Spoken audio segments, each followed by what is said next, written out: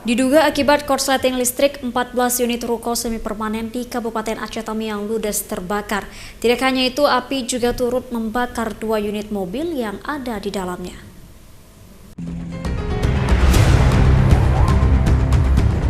Api yang begitu besar dengan cepat membakar seluruh bagian bangunan ruko yang berada di kawasan Desa Kota Kuala Simpang, Kecamatan Kuala Simpang, Kabupaten Aceh Tamiang.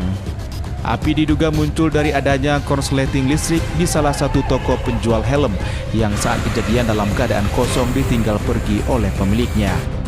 Akibat banyaknya barang yang mudah terbakar, api pun dengan cepat membakar seluruh bagian bangunan toko hingga merembet ke 13 bangunan toko lainnya.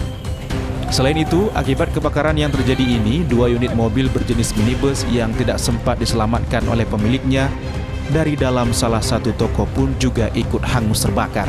Akibat kejadian ini, 14 bangunan toko serta 2 unit mobil ludes terbakar api. Kronologisnya terjadi dikarenakan adanya korsleting listrik, yaitu arus pendek yang terjadi di satu rumah warga, sehingga muncul api dan menjadi kebakaran. Unit yang kita turunkan 5 unit damkar dan 1 unit water supply, terdiri dari 4 pos pemadam kebakaran yang ada di Aceh Tamiang. Kalau untuk kesulitan dalam pemadaman ini apa, Bang? Kesulitannya kita sekarang ini lalu lintas karena ramainya masyarakat yang menonton dan suplai air yang kurang.